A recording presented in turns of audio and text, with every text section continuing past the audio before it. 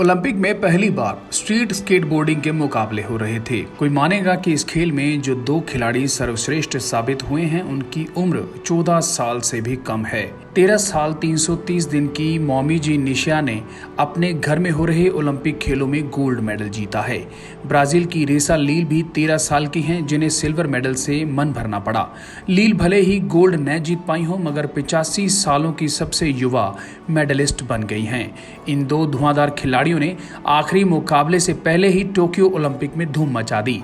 तीसरे नंबर पर रही नयाकामा फूना की उम्र भी सिर्फ 16 साल है। स्केटबोर्डिंग उन 4 खेलों में से है जो टोक्यो ओलंपिक में पहली बार ओलंपिक का हिस्सा बन रहे हैं।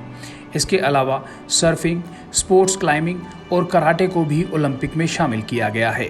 मकसद ओलंपिक में युवा दर्शकों तक पहुंचना है। पोडियम पर जो 3 लड़कियां मौजूद थी, उनमें से 2 की उम्र 13 साल और 1 की 16 साल थी।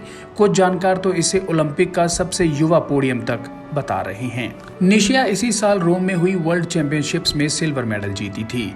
अब उन्होंने खेल का सबसे ऊंचा मुकाम छू लिया है।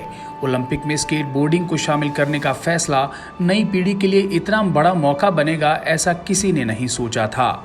13 साल की उम्र में गोल्ड और सिल्वर मेडलिस्ट हैं।